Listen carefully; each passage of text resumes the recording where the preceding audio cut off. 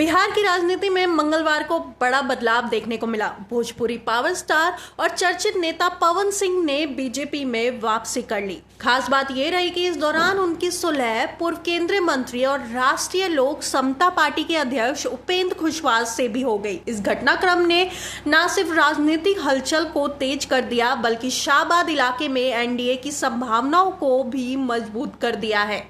शाहबाद क्षेत्र बिहार की राजनीति का वे हिस्सा है जहां बीजेपी को हमेशा से संघर्ष करना पड़ा है। हाल ही में गृह मंत्री अमित शाह ने बिहार की 50 सीटों के लिए विशेष रणनीति तैयार की थी।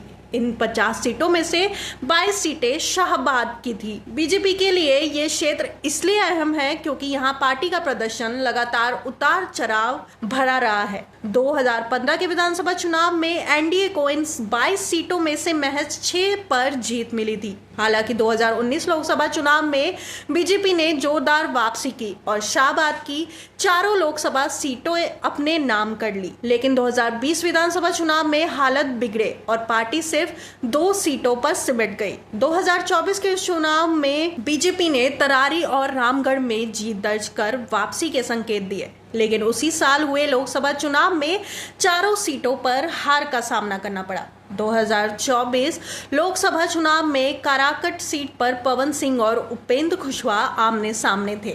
पवन सिंह निर्दलीय मैदान में उतरे और बड़ी संख्या में वोट हासिल किए। इस मुकाबले में राजा राम सिंह वोट पाकर विजय हुए। पवन सिंह की स्टार पावर ने कुशवाहा को तीसरे नंबर पर ला दिया था।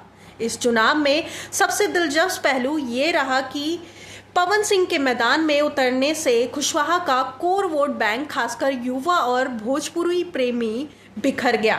भोजपुरी गानों और फिल्मों से जुड़े पवन सिंह की लोकप्रियता ने ग्रामीणों इलाकों में अलग ही लहर पैदा कर दी थी। पवन सिंह की बीजेपी में वापसी और उपेंद्र कुशवाहा से सुलह ने शाहबाद की राजनीति को पूरी तरह से नया मोड़ दे दिया है। माना जा रहा है कि इस बार उपेंद्र कुशवाहा और पवन सिंह साथ मिलकर मैदान में उतरेंगे। इस गठजोड़ से 2 फायदे होंगे। जातिगत वोट बैंक का एकीकरण। कुशवाहा के जातिगत समर्थन में अब विभाजन की गुंजाइश नहीं रहेगी। पवन सिंह की स्टार पावर। ग्रामीण और युवा वोटरों पर उसका असर बीजेपी को अतिरिक्त लाभ दिला सकता है। विशेषज्ञों का मानना है कि पवन सिंह का भोजपुरी कनेक्शन एनडीए की रणनीति को मजबूती देगा, खासकर वे युवा और ग्रामीण मतदाता जो भोजपुरी गानों और फिल्मों से भावनात्मक जुड़ाव रखते हैं, बीजेपी के समर्थन में लामबंद हो सकते हैं। अमित शाह ने हाल ही में बिहार के 50 सीटों पर विशेष रणनीति बनाई थी। इसमें 22 सीटें